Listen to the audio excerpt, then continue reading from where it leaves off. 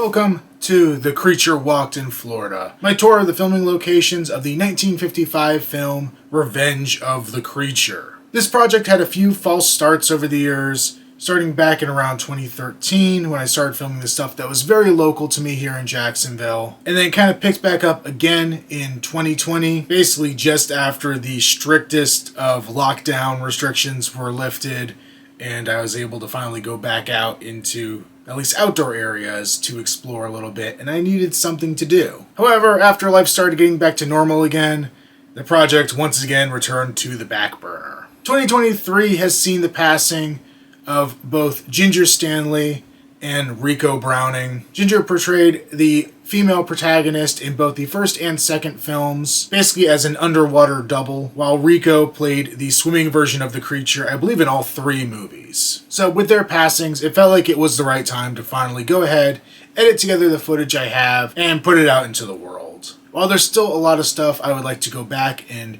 either reshoot or explore further, especially because there were some restrictions on what was actually open and available back in 2020 when I was going to these places, I figured it would be better to actually put out what I have and then make a point of going back to those locations and filming more and maybe hitting some other locations in the future. Thank you, and please enjoy The Creature Walked in Florida.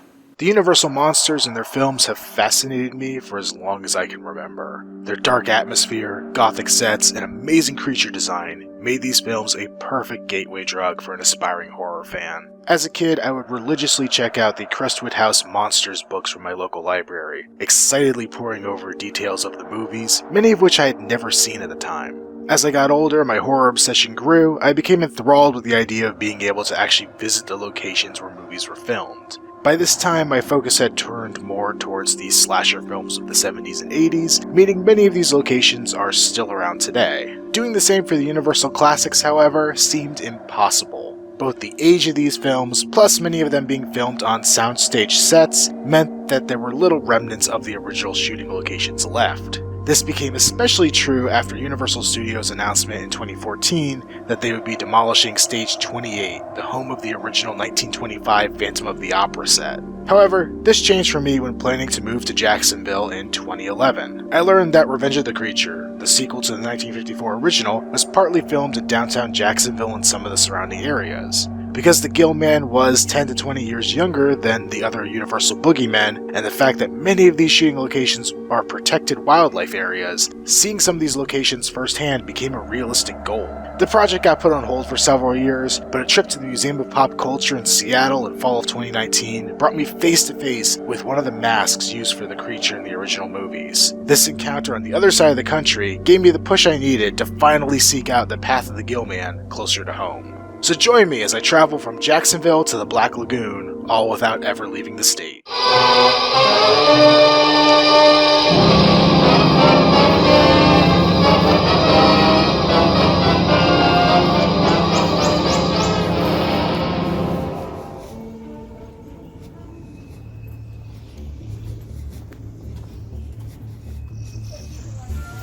For the 1955 sequel, Revenge of the Creature, a fair amount of footage from Wakulla Springs from the original film was recycled. However, where new Black Lagoon footage was needed, filmmakers chose Silver Springs near Ocala, Florida as their new shooting location.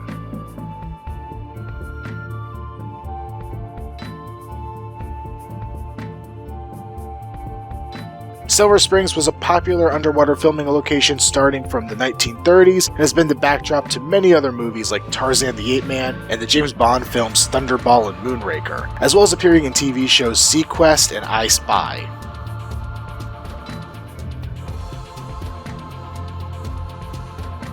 The Springs became a state park in 2013 and offer glass-bottom boat tours of many of these filming locations, including a cave reportedly used in Creature. In the museum, they have a life-sized Gill Man for visitors to see. Just looking at that tree, man, it's like so Jurassic looking. Yeah. And I mean the one behind it too. I mean, you just imagine looking up and it's there's a pair of legs and not trees or something, you know?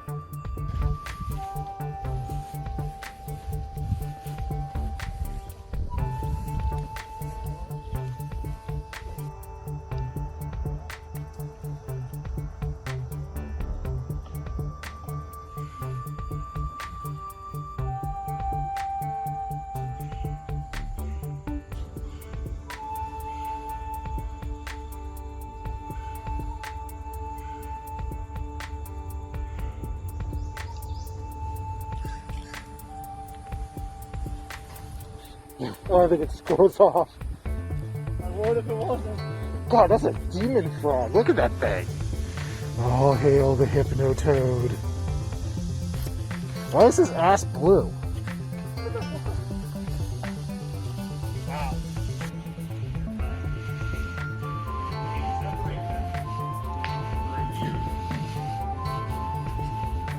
I don't want to wind up on another monkey vacation.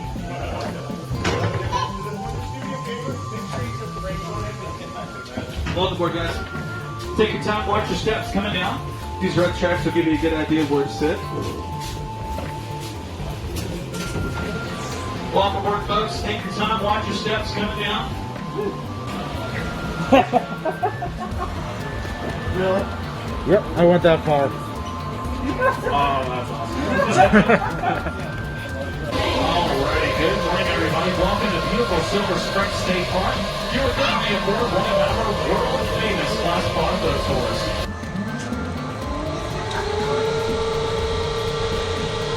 As some of you guys probably already know, many movies and TV shows have been filmed here at Silver Springs throughout the year.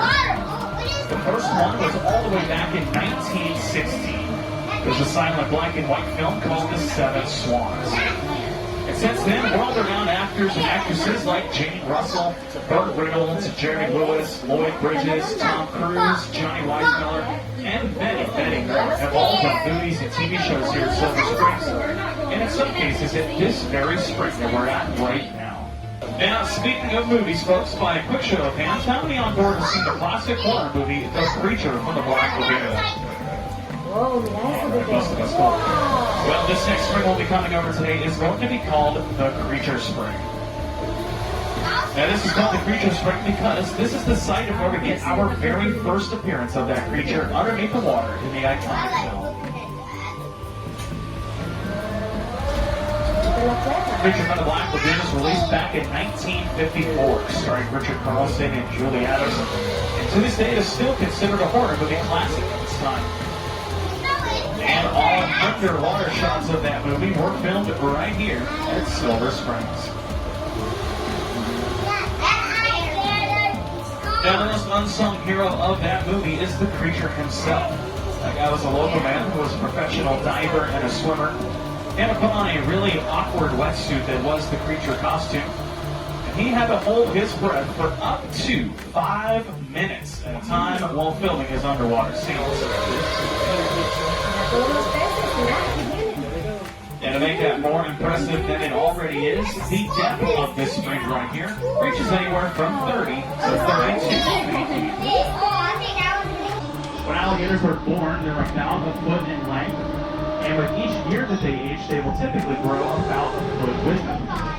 Alligators do eat. Their diets will mainly consist of fish of any size, but if they're hungry enough and big enough, they will go after bigger animals like birds and turtles, and land animals like raccoons, possums, snakes, small wild cats, sometimes small deer, and in rare occurrences, they will even eat other alligators.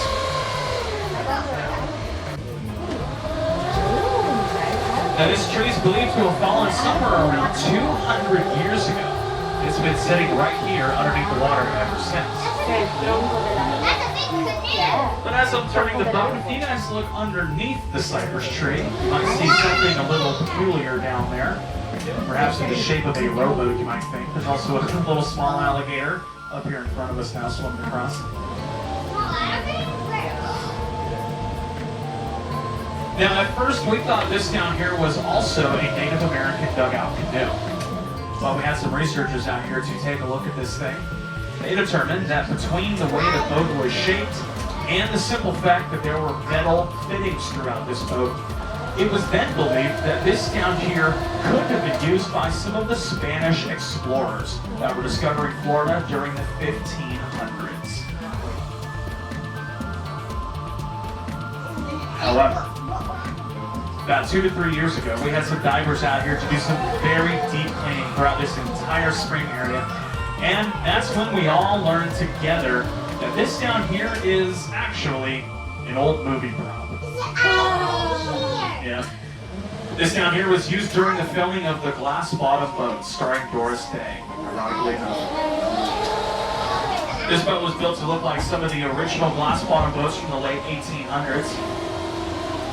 So if you guys look right at the center, you'll see these rectangular sections that will either be perfect holes or maybe taken out on purpose to place glass panels, much like the way this boat's built.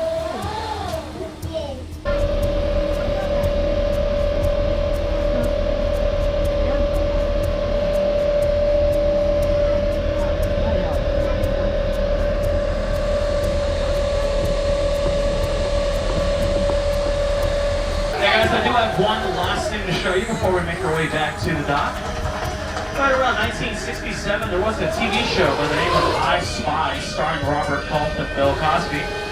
Right around midway through the third season, it required an underwater scene with some underwater statues. And these statues are what we're going to be coming over right now. These three statues down here will represent the Greek gods Zeus, Poseidon, and Hades. Right now these are sitting in about 30 feet of water. They each stand about 7 feet tall, and these are made entirely out of fiberglass. Originally, for the filming of I Spy, there were 12 statues down here in total. And after the filming was done, they were going to bring all 12 out of the water. But some of the local people here in Silver Springs put up such a stink that they compromised, only took out 9, and they left 3 for our viewing pleasure. Nice.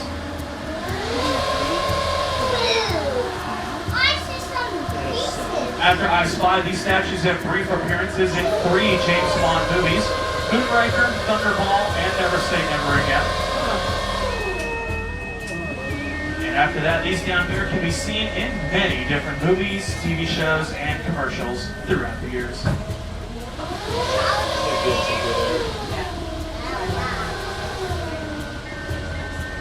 The thing in the video I saw, they were like, oh, this is the cave that the creature comes out of. And I'm like, that was in the first movie, not the second movie. And I don't think the first movie was shot here. But I think even in their museum or whatever, I think they kind of say it's like, they don't specify that it's the sequel.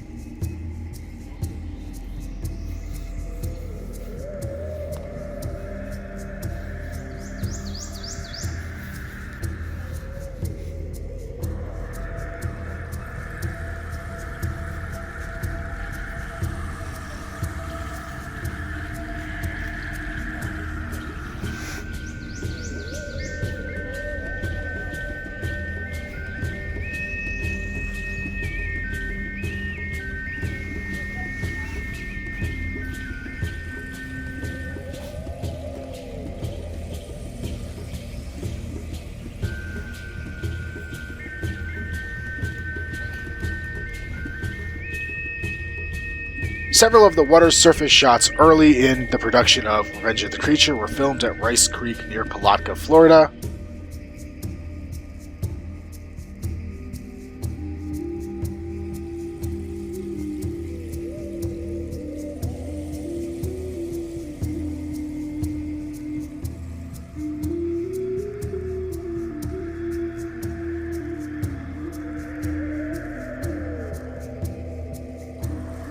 We're here at Rice Creek in Palatka, Florida, and while we aren't in the exact location most likely that they filmed the scenes from Revenge of the Creature, this is the location where they filmed some of the early above water scenes. From what I could find in my research, the local paper mill had some runoff going into the creek, which made it really unpleasant to swim in. And it sounds like a lot of the shots that were originally going to be filmed there got moved to some location on the St. Johns River.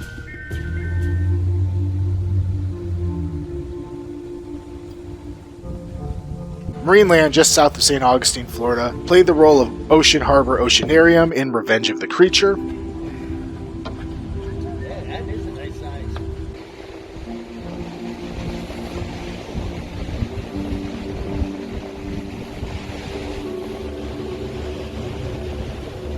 And while the original building is no longer there, we could still see some remnants of where the creature existed on these grounds.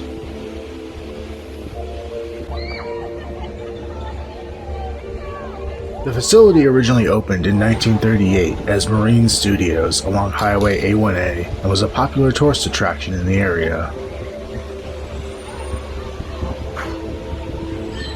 In the 80s, the park began to change its name to Marineland. From the mid-80s through the early 2000s, the park experienced a financial decline as well as damage from multiple hurricanes. The park underwent extensive renovations and reopened in 2006.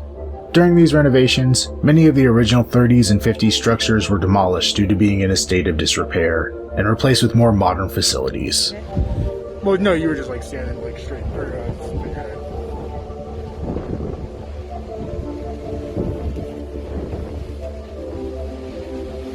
We're here at Marineland in St. Augustine, Florida. This is the facility that stood in for the Marine Park in Revenge of the Creature. Now, the original building is no longer here. The parking lot now stands where that once stood. But this pathway we're on, there are some very visible stones that are pretty recognizable from the film. And what it looks like to me is that this strip of sidewalk now maybe used to be where the cars were parked in the film, because we can see the rocks behind them, and then the beach further down below us here. So this seems to be on par with one of the scenes from the original film.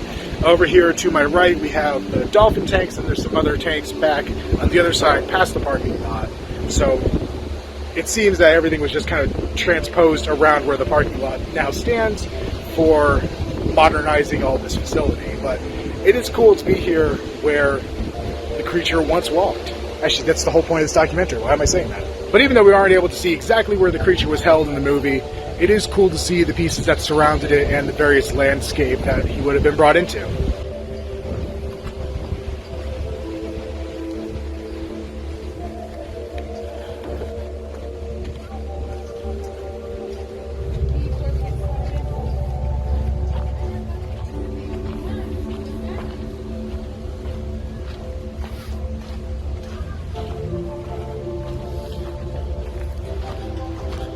I feel like I'm in like a SpongeBob episode. Aquaman's hanging out here. Looking a little green. So you could probably fit some kind of like gill man in here, right? There he is. I have no clue if that's coming out on video. But what can I do, right? Oh, it's right there behind it too.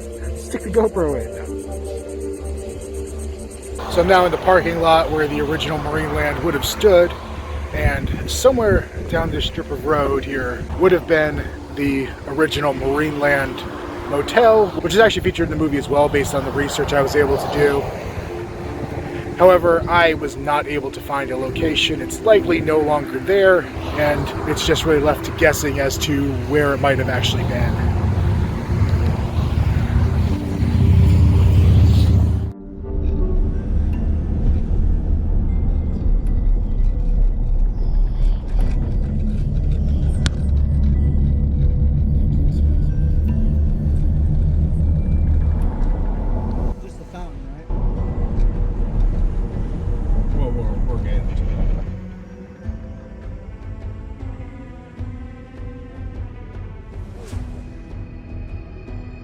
We are here at the St. Johns River in Jacksonville, Florida, right by the River City Brewing Company and the Friendship Fountain.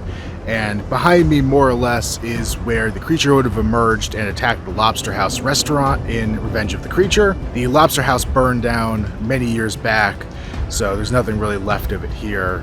And I've seen conflicting reports as to whether it was in the same location as the River City Brewing Company restaurant or the fountain itself. But this is roughly the basic area where the creature would have emerged from the river and started his rampage here in Jacksonville. Probably nothing right now. Until somebody yells at me that it's a private bridge and I can't film there.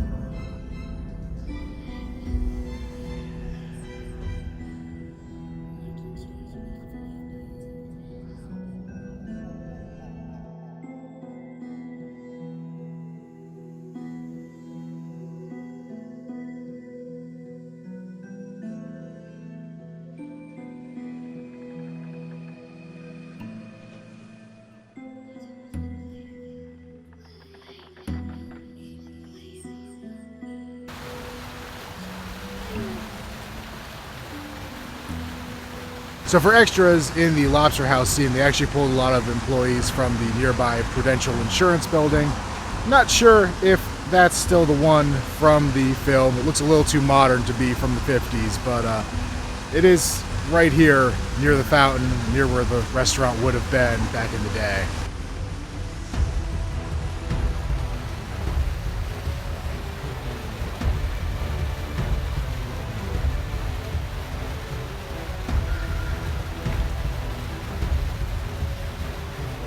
So that wraps up the filming locations I have for Revenge of the Creature. There's still plenty out there I'd love to try to track down. A lot of locations that may just be lost to time. But going out and checking out these places firsthand was a lot of fun. And to get to see places in the state where it still does kind of look like it could be the Amazon rainforest. But really, you know, you go a few hundred feet and you're on the highway. And that's it for this one. But I'll see you in the Black Lagoon.